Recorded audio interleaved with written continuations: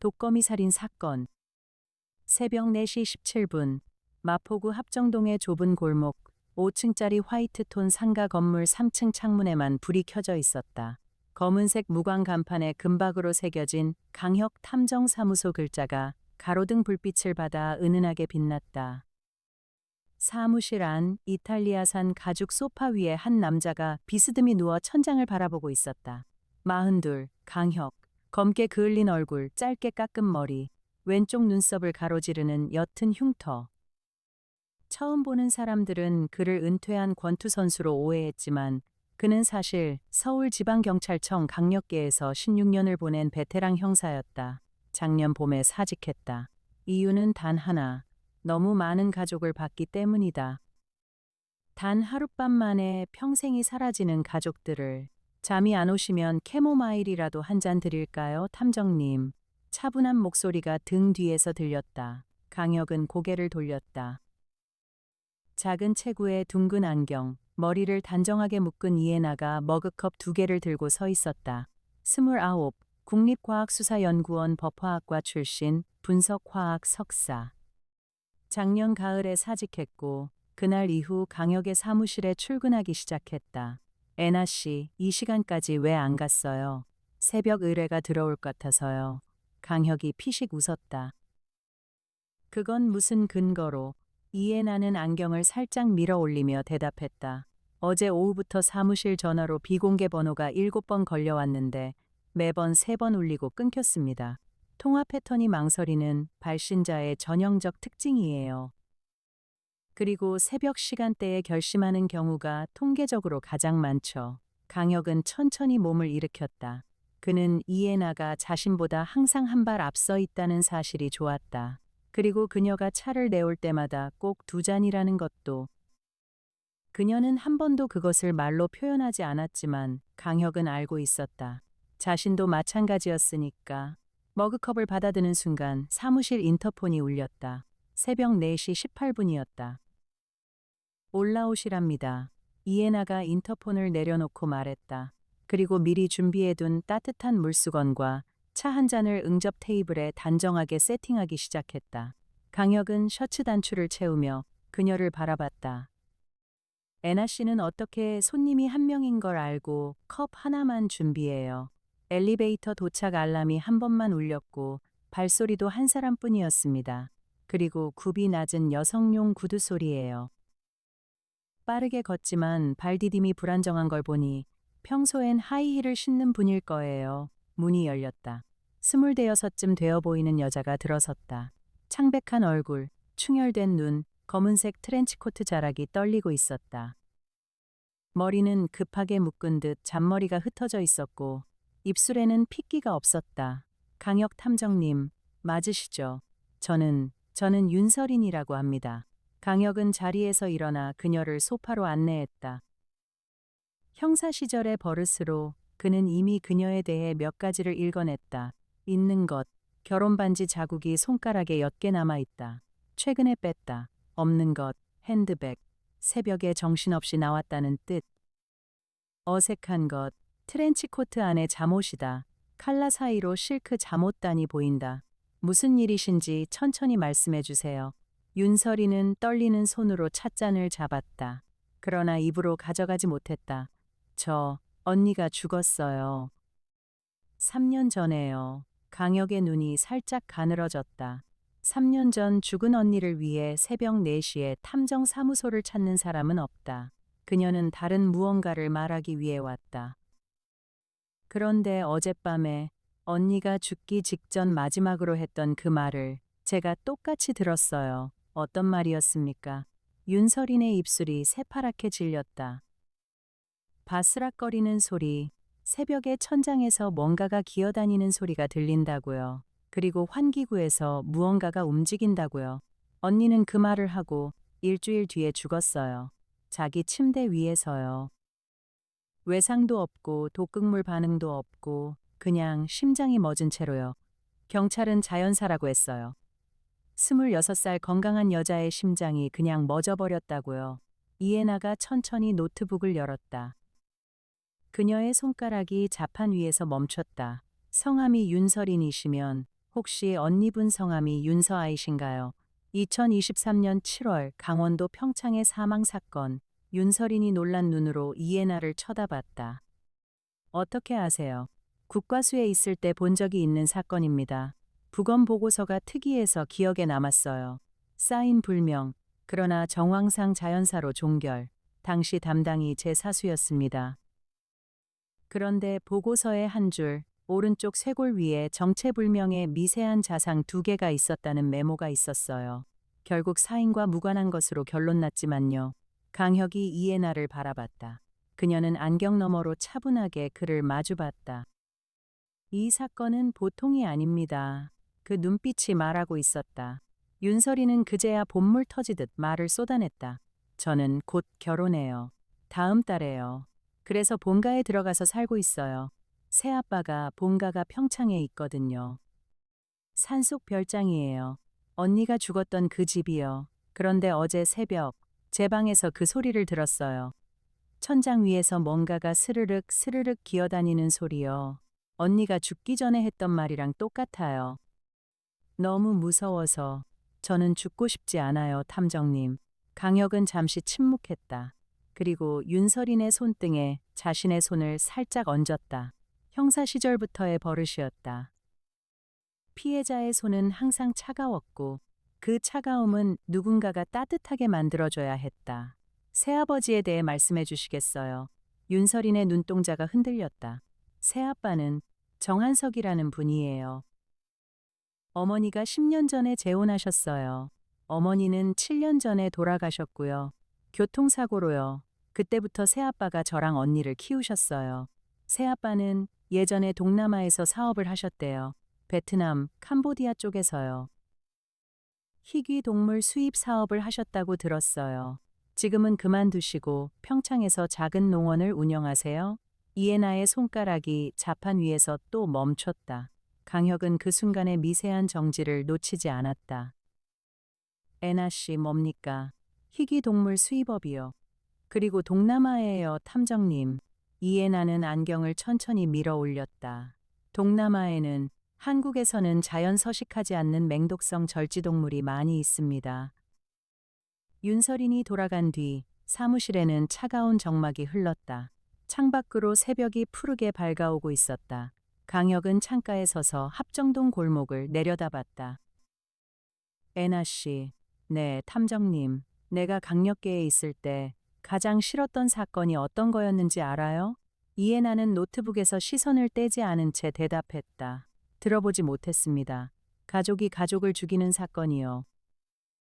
그게 제일 견디기 힘들었어요. 모르는 사람이 모르는 사람을 죽이면 우리는 범인을 잡고 끝낼 수 있어요.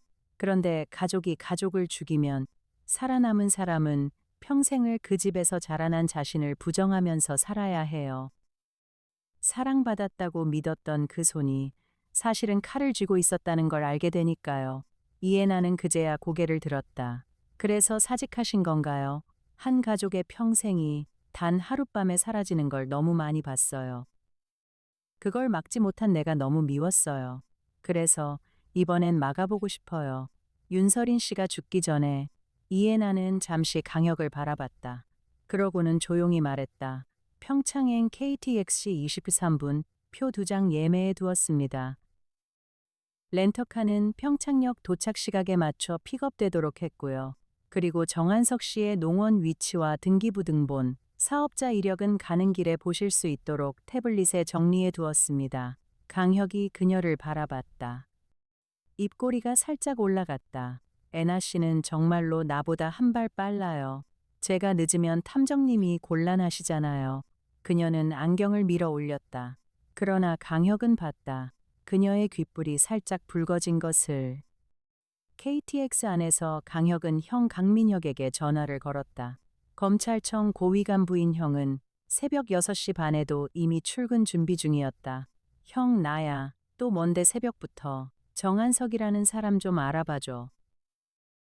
1968년생, 평창 거주, 과거 동남아 희귀 동물 수입업, 2023년에 사망 사건 한 건 있어. 의붓딸 윤서아.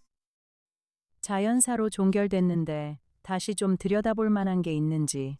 너 또 골치 아픈 거 물었지. 의뢰인이 죽을 수도 있어. 형. 전화기 너머에서 짧은 한숨이 들렸다. 1시간 안에 보내준다. 대신 너 또 혼자 들어가지 마라. 그쪽 산속이면 신호도 안 잡혀. 애나 씨랑 같이 가. 그 친구 있으니까 더 걱정이다. 너 그 친구한테 마음 있는 거 다 알아. 강혁은 대답하지 않고 전화를 끊었다. 옆자리에서 이해나가 태블릿을 보고 있었다. 들었는지 안 들었는지 표정으로는 알 수 없었다.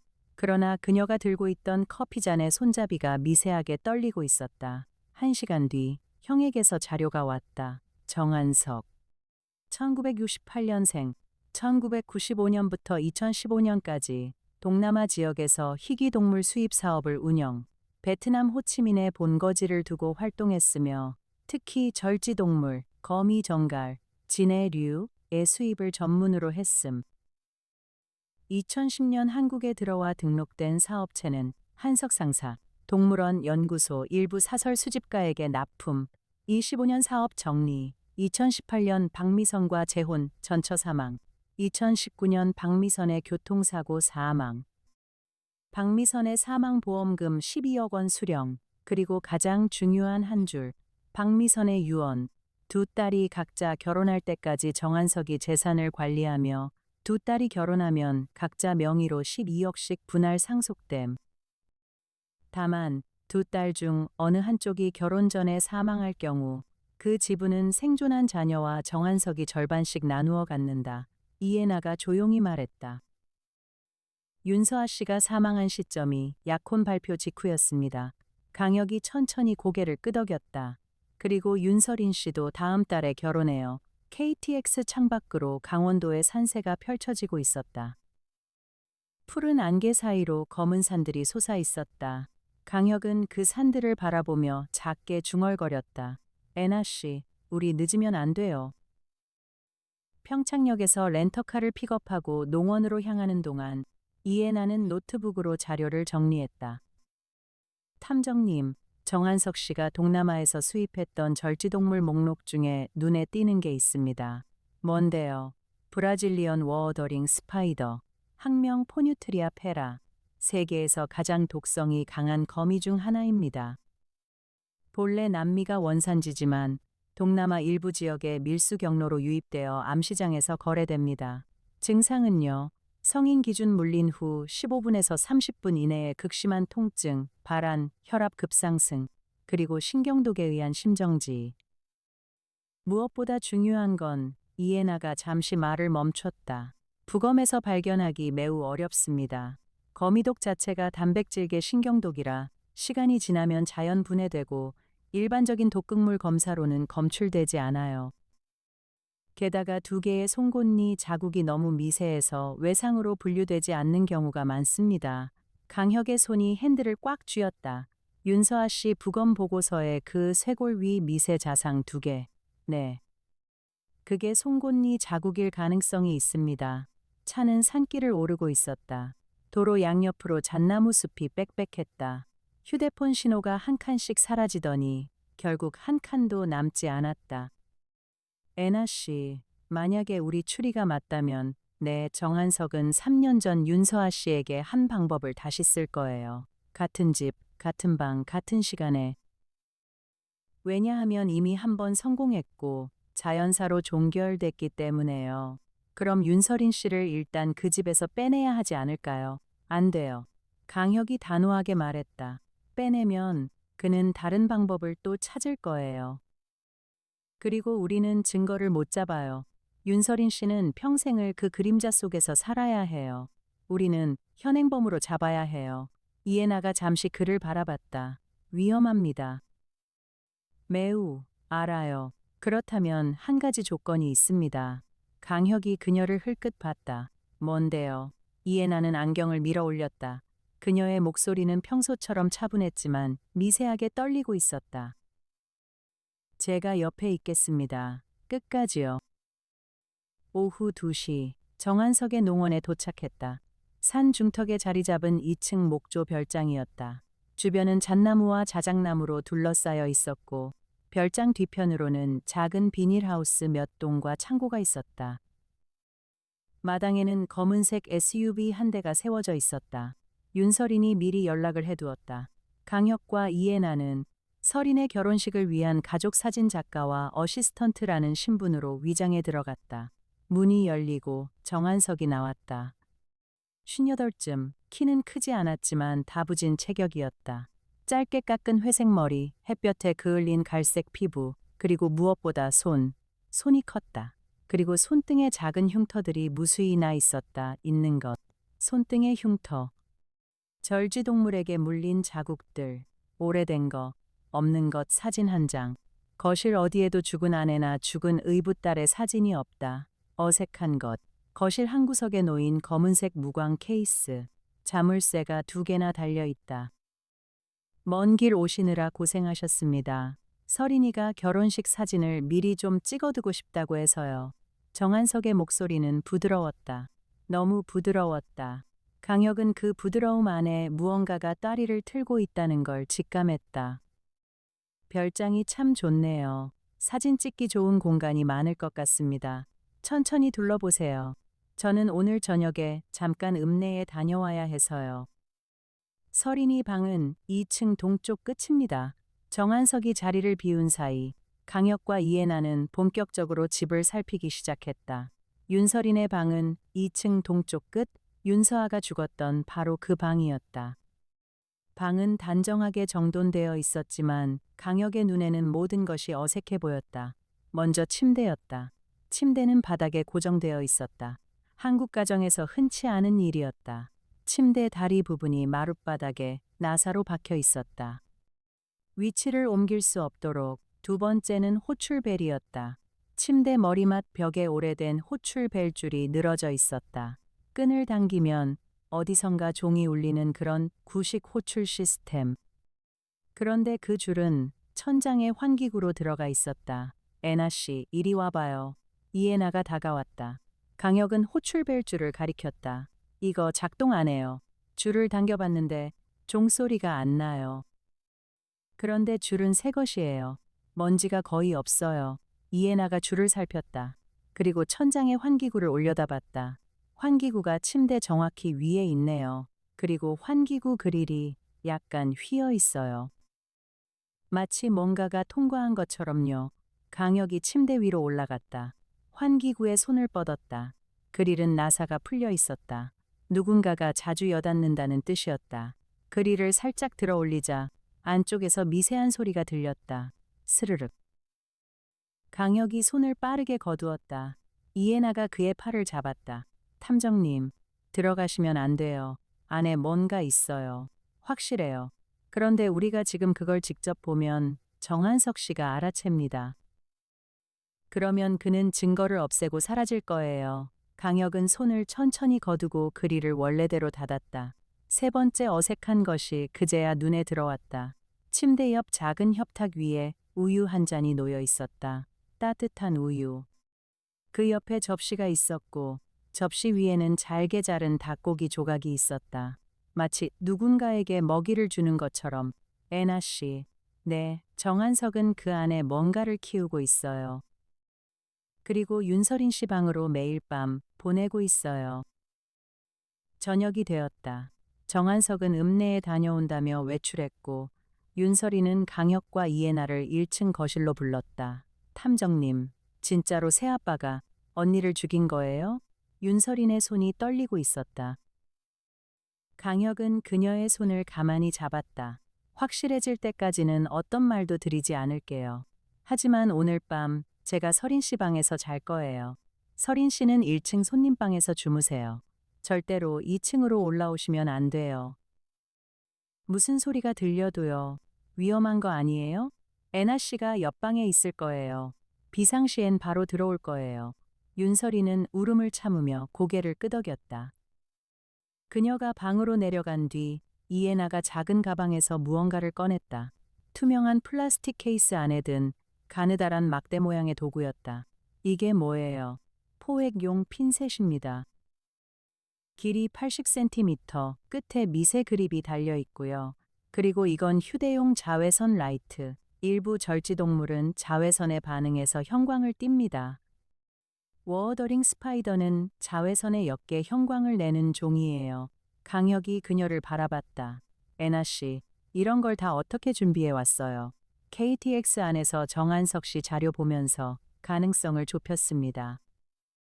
평창역 근처 곤충연구소에 아는 분이 있어서 픽업해서 왔어요. 강혁이 헛웃음을 지었다. 애나 씨가 없었으면 나는 어떻게 살았을까요? 이해나는 잠시 그를 바라봤다. 그러고는 안경을 밀어 올리며 작게 말했다. 저도 같은 생각을 가끔 합니다, 탐정님. 그 짧은 한마디에 거실의 공기가 멈췄다. 강혁은 무언가 말하려다 그만두었다. 지금은 아니었다. 모든 것이 끝난 뒤에 그때 다시 말할 것이다. 밤 10시 정한석이 돌아왔다. 그는 강혁과 이해나를 2층 서쪽 끝 손님방에 안내했다. 윤설인의 방과는 복도를 사이에 두고 마주보는 위치였다. 오늘 밤 편히 쉬세요. 내일 아침 일찍 사진 작업 시작하시죠. 정한석이 1층으로 내려가는 발소리가 들렸다. 그는 거실 옆 자신의 방으로 들어갔다. 그리고 그 검은색 무광 케이스가 있는 방이었다. 강혁과 이해나는 손님방에서 기다렸다. 자정이 지났다. 새벽 1시, 2시, 새벽 2시 40분. 복도 끝에서 미세한 소리가 들렸다. 정한석의 방문이 열리는 소리, 그리고 발소리. 그러나 그는 윤설인의 방으로 가지 않았다. 대신 복도 끝 환기 시스템이 모이는 작은 점검구 앞에 섰다. 강혁은 손님방 문을 살짝 열어 그 모습을 지켜봤다. 정한석이 점검구를 열었다. 그 안에 작은 케이지가 있었다. 그가 케이지에서 무언가를 꺼냈다. 길쭉한 막대를 이용해서, 그리고 그것을 환기 덕트 안으로, 윤설인의 방으로 이어지는 그 덕트 안으로 조심스럽게 밀어 넣었다. 그가 점검구를 닫고 자신의 방으로 돌아갔다. 강혁이 이해나를 돌아봤다. 이해나는 이미 자외선 라이트와 포획 핀셋을 손에 들고 있었다. 가요. 두 사람은 발소리를 죽이고 복도를 건넜다. 윤설인의 방문을 살짝 열었다.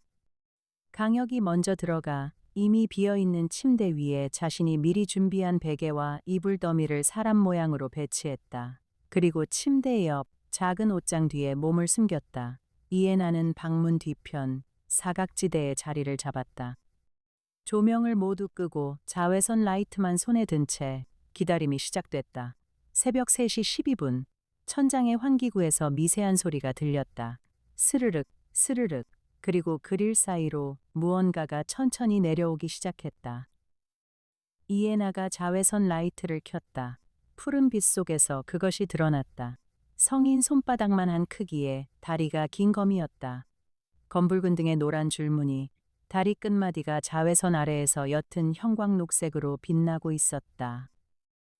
브라질리언 워더링 스파이더, 세계에서 가장 공격적인 거미, 위협을 느끼면 도망가지 않고 정면으로 돌진하는 종. 거미는 호출벨줄을 타고 천천히 침대 위로 내려왔다. 그리고 베개 더미 위에서 잠시 멈췄다. 사람이 없다는 것을 감지한 듯 다리를 들어 올렸다. 위협 자세. 애나 씨, 천천히. 이해나가 포획 핀셋을 들어 올렸다. 그 순간이었다. 복도에서 발소리가 울렸다. 정한석이었다. 그는 늦잠을 의심하고 직접 확인하러 온 것이다. 방문이 벌컥 열렸다. 거미는 빛과 진동에 놀라 가장 가까운 움직임을 향해 돌진했다. 그 움직임은 방문 앞에 선 정한석이었다. 안 돼. 강혁이 옷장 뒤에서 뛰쳐나갔다. 그러나 거미는 이미 침대를 박차고 마룻바닥을 가로질러 정한석의 발등으로 뛰어올랐다. 정한석이 비명을 질렀다. 이해나가 자외선 라이트를 끄고 일반 라이트를 켰다. 강혁이 정한석을 거칠게 밀쳐내며 핀셋을 빼앗아 들었다. 그는 형사 시절의 본능으로 정한석의 종아리에 매달려 있는 거미를 향해 핀셋을 정확히 뻗었다. 거미의 두 흉부를 단단히 집어들어 올렸다. 이해나가 재빨리 두꺼운 유리 용기를 열었다. 강혁이 거미를 그 안에 떨어뜨렸다. 뚜껑이 닫혔다. 정한석은 바닥에 주저앉아 있었다. 그의 오른쪽 종아리에 2개의 작은 송곳니 자국이 선명했다. 그리고 그 주변이 이미 붉게 부어오르고 있었다. 이런 게 아니야. 이건 그의 얼굴이 새파랗게 질리기 시작했다. 이해나는 즉시 119에 신고하고 응급처치를 시작했다. 그녀는 정한석의 종아리 위쪽을 묶어 독의 확산을 늦췄다. 그리고 그가 의식을 잃지 않도록 계속 말을 걸었다. 정한석 씨, 정신 차리세요. 응급차가 오고 있습니다. 워어더링 스파이더의 독은 항독소가 있어요. 평창의료원에서 강원대병원으로 이송될 거예요. 살 수 있습니다. 의식을 잃으시면 안 돼요. 정한석은 거친 숨을 몰아쉬며 강혁을 올려다봤다. 당신, 누구야? 강혁입니다. 탐정이에요. 윤서린 씨가 의뢰했습니다. 정한석의 눈동자가 흔들렸다. 그는 무언가 말하려다 고개를 떨궜다. 윤서린이 1층에서 비명 소리를 듣고 올라왔다. 그녀는 복도에 주저앉아 있는 새아버지를 보고 그 자리에 멈춰 섰다. 강혁이 그녀에게 다가갔다. 서린 씨, 일단 1층으로 내려가세요. 다 끝났습니다. 새아버님은 살 거예요. 그리고 모든 진실은 밝혀질 거예요. 응급차가 도착한 것은 새벽 4시였다. 정한석은 들것에 실려 나갔다. 의식은 있었지만 말은 거의 하지 못했다. 산길을 따라 응급차의 사이렌이 멀어지는 동안 강혁과 이해나는 별장마당에 서 있었다. 애나 씨, 우리가 늦지는 않았네요. 네, 탐정님. 이해나의 목소리가 약간 떨렸다. 강혁이 그녀를 돌아봤다. 그녀는 평소처럼 차분한 표정이었지만 손이 미세하게 떨리고 있었다. 강혁은 자신의 손으로 그 떨리는 손을 가만히 감쌌다. 수고했어요, 애나 씨. 이해나는 안경 너머로 그를 올려다봤다. 두 사람의 시선이 잠시 머물렀다. 그러나 그 평온은 오래가지 않았다. 다음 날 오전 강원대병원. 정한석은 중환자실에 있었다. 항독소 처치가 늦지 않게 시작되어 생명에는 지장이 없었지만 거미의 신경독이 오른쪽 다리의 근육과 신경에 손상을 입혔다. 평생 다리를 절개될 가능성이 높다고 의사는 말했다. 강혁의 형, 강민혁이 검찰 수사관 2명과 함께 도착했다. 그는 강혁을 보자 한숨부터 쉬었다. 또 혼자 일 벌였냐? 형, 미안. 그런데 증거가 다 있어. 워어더링 스파이더, 환기 덕트, 호출 벨주를 이용한 유도 장치, 그리고 보험금 동기까지. 강민혁은 강혁의 어깨를 툭 쳤다. 잘했어. 그런데 한 가지 문제가 있어. 정한석이 깨어나서 진술을 했어. 그런데 자기는 모르는 일이라고 한다. 강혁의 얼굴이 굳었다. 뭐라고? 그 거미가 어떻게 자기 집에 있었는지 자기도 모른다는 거야. 자기는 그날 밤 윤서린의 방에서 소리가 들려서 확인하러 갔다가 봉변을 당했다는 거지. 그리고 거미가 있던 그 케이지, 정한석 명의가 아니야. 별장 등기는 죽은 아내 박미선 명의로 되어 있고 정한석은 그냥 거주자야. 환기 시스템 점검구 안의 케이지에는 정한석의 지문이 없어. 이해나가 차분하게 끼어들었다. 점검구 자물쇠는 어떤가요? 마스터키로 열려. 별장 어디서든 같은 키로 열 수 있어. 게다가 윤서린의 지문도 그 점검구에 묻어 있다고 한다. 강혁이 미간을 좁혔다. 형, 그건 수사관 입장에서 봐. 정한석이 빠져나갈 빈틈이 너무 많아. 변호사가 붙으면 나는 모르는 일이고 그 거미가 의붓딸을 죽이려고 누군가 가져다 놓은 것일 수도 있다고 주장할 거야. 게다가 정한석은 지금 피해자야. 거미에 물려서 다리를 못 쓰게 된 피해자. 강혁은 잠시 침묵했다. 그럼 윤서아 씨 부검 자료는 3년 전 자료고 시료가 남아있지 않아. 거미독은 사후에 분해돼서 지금 다시 검사해도 안 나와. 정황 증거뿐이야. 이해나가 조용히 말했다. 한 가지 더 있습니다. 박미선 씨, 윤서린 씨 어머니. 7년 전 교통사고로 돌아가셨다고 했는데 그 사고 한번 다시 보셔야 할 것 같습니다. 강민혁이 그녀를 돌아봤다. 왜요? 제가 KTX에서 자료를 봤는데 박미선 씨 사망 직전 한 달 동안 병원 방문 기록이 5번입니다. 증상은 알 수 없는 극심한 통증, 발한, 일시적 심계항진, 그리고 마지막엔 운전 중 의식 저하로 인한 단독 사고. 만약 박미선 씨가 그 한 달 동안 소량의 거미독에 반복 노출되었다면 사고 당일의 의식 저하는 누적된 신경 손상의 결과일 가능성이 있습니다. 강민혁의 표정이 굳었다. 정한석이 아내까지 죽였다고요? 가설입니다. 그러나 검찰에서 다시 들여다볼 가치는 있다고 생각합니다. 강혁이 천천히 고개를 저었다. 형, 그래도 직접 증거가 없으면 정한석은 빠져나가. 강민혁은 한참을 침묵하다가 말했다. 방법이 하나 있긴 한데, 정한석 본인의 자백. 오후 3시, 강혁은 혼자 정한석의 병실로 들어갔다. 정한석은 침대에 누워 있었다. 오른쪽 다리에 두꺼운 붕대가 감겨 있었고, 얼굴은 핏기 없이 창백했다. 그러나 눈빛만은 살아 있었다. 차갑고 계산적이고 무엇보다 후회가 없는 눈빛. 강 탐정님, 와주셨네요. 정한석의 목소리는 약했지만 또렷했다. 정한석 씨, 솔직하게 말씀드릴게요. 저는 형사 출신입니다. 그리고 16년 동안 당신 같은 사람을 무수히 봤어요. 자기 가족을 돈으로 환산하는 사람들이요. 정한석이 옅게 웃었다. 증거가 있으십니까? 환기구의 케이지, 호출 벨줄, 침대 위치, 우유와 닭고기. 그리고 박미선 씨의 병원 기록. 정한석의 눈이 살짝 가늘어졌다. 그러나 곧 다시 미소를 지었다. 전부 정황이군요. 변호사가 다 처리할 수 있는 정도입니다. 그리고 강 탐정님, 한 가지 알려드릴까요? 저는 운이 좋은 사람이에요. 평생을요. 베트남에서 사업할 때도, 한국에 들어와서도, 박미선이 사고 났을 때도, 서아가 죽었을 때도 항상 운이 좋았어요. 운이 아니라 운이에요. 강 탐정님. 운이라고 부르세요. 그게 편합니다. 강혁은 침묵했다. 그의 가슴 속에서 무언가가 부글거리고 있었다. 형사 시절 가장 견디기 힘들었던 순간이었다. 진실을 알고 있는데 그 진실을 법정에 세울 방법이 없을 때. 왜 그러셨어요? 강혁이 조용히 물었다. 왜 키워준 딸을 죽이려고 했어요? 정한석은 잠시 천장을 바라봤다. 강 탐정님, 박미선은 영리한 여자였어요. 죽을 때 유언장에 그렇게 써놨더군요. 두 딸이 결혼할 때까지만 내가 재산을 관리할 수 있다고요.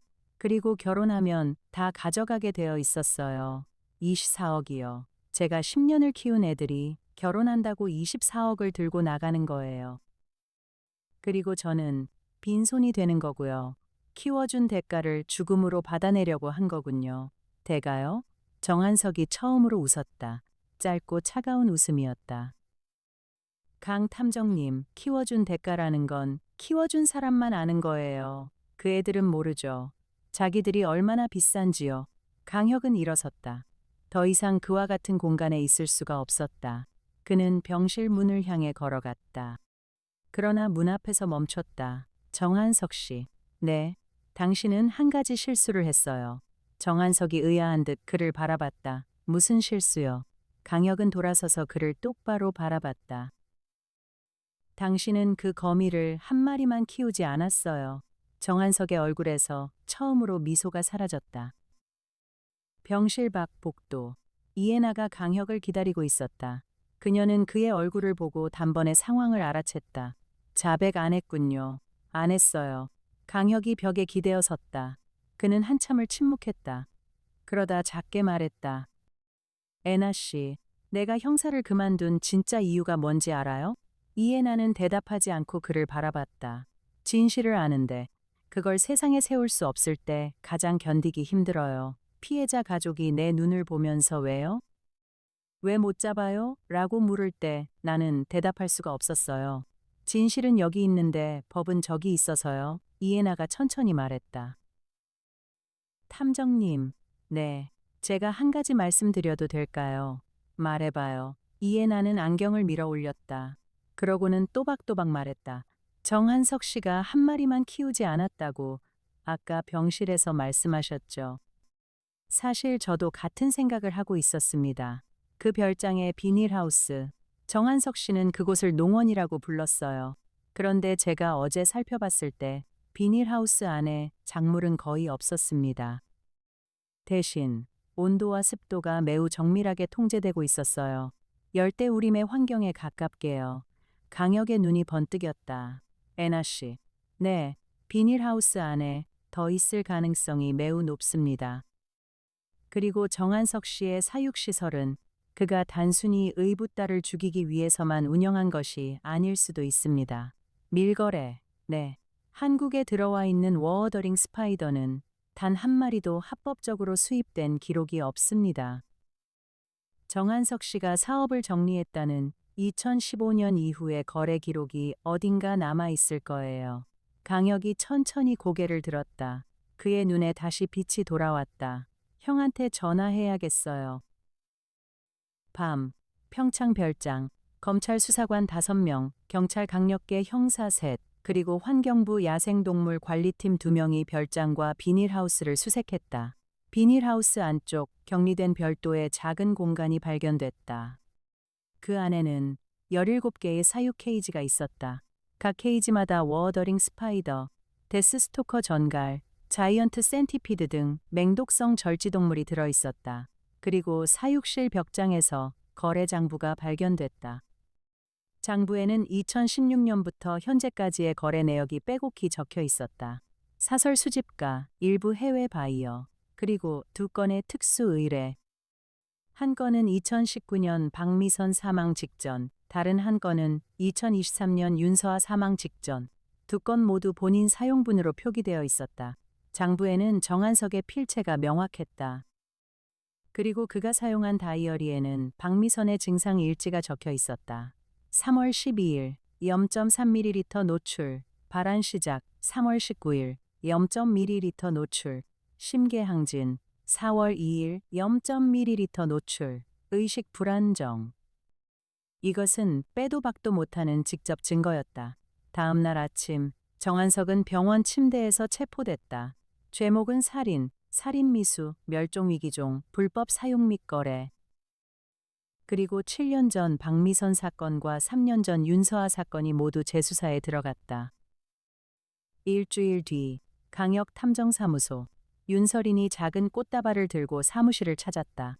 그녀의 얼굴은 여전히 창백했지만 처음 만났을 때의 그 절망적인 떨림은 사라져 있었다. 그녀는 강혁과 이해나 앞에 깊이 고개를 숙였다. 감사합니다. 정말로요. 2분이 아니었으면 저는 언니처럼 됐을 거예요. 강혁은 그녀에게 자리를 권했다. 서린 씨, 한 가지만 약속해 주세요. 내 결혼식에 언니 자리도 만들어 주세요. 빈 의자 하나면 돼요. 그리고 그 의자에 언니가 좋아했던 꽃을 놓아주세요. 언니는 서린 씨가 결혼하는 모습을 보고 싶어 했을 거예요. 윤서린의 눈에 눈물이 고였다. 그녀는 천천히 고개를 끄덕였다. 꼭 그렇게 할게요. 그리고 어머니 자리도요. 윤서린은 결국 울음을 터뜨렸다. 강혁은 그녀의 어깨를 가만히 토닥였다. 이해나가 조용히 휴지를 건넸다. 윤서린이 돌아간 뒤 사무실에는 다시 정막이 흘렀다. 창밖으로 합정동의 저녁이 푸르게 내려앉고 있었다. 강혁은 창가에 서서 골목을 내려다봤다. 이해나는 그의 등 뒤에서 머그컵 2개를 들고 다가왔다. 캐모마일이에요. 오늘은 잘 주무셔야 해요, 탐정님. 강혁이 그녀를 돌아봤다. 그녀의 머리카락이 단정하게 묶여 있었고 안경 너머의 눈빛은 평소처럼 차분했다. 그러나 강혁은 그녀의 손가락이 머그컵의 손잡이를 미세하게 떨고 있는 것을 봤다.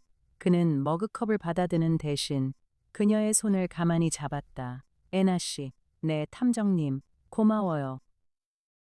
이번에도, 그리고 항상요. 이해나는 잠시 침묵했다.